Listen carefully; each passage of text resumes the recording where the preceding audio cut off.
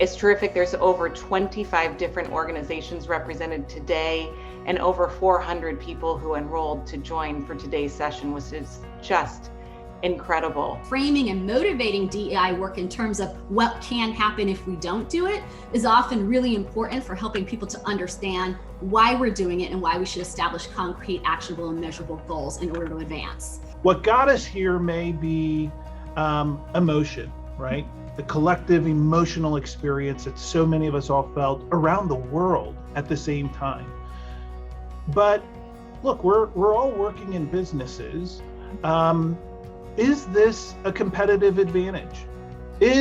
Are companies that understand diversity, equity, and inclusion, and if I'm the individual contributor that's in the WILD meeting and thinking about how I frame this for my interactions, maybe for my leadership team, so that we can continue on this journey, can I say that it's a competitive advantage?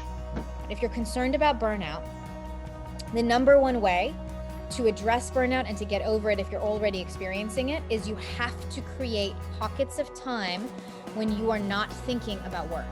You must create psychological detachment.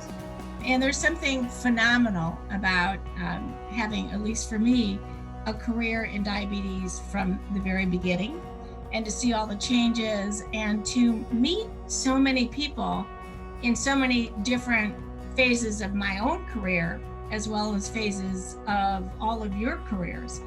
And I think the one thing to me that WILD can offer all of us is maybe some connection.